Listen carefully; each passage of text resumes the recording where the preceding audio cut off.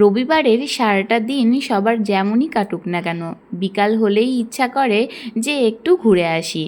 তো সেরকমই আমরা মাস্টার দাস স্পোর্টস কমপ্লেক্সে পৌঁছে গিয়েছিলাম আজকে সোনা বাবাকে নিয়ে। আমাদের আগের থেকেই একটা প্ল্যান ছিল সোনা বাবাকে এখানে একটু খেলা দেখতে নিয়ে আসা, আর ও যাতে নিজে একটু ছোটাছুটি করে খেলাধুলা করতে পারে। এই মাঠটাতে বিকাল হলেই একদিকে ক্রিকেট একদিকে ফুটবল প্রচুর খেলে বাচ্চারা।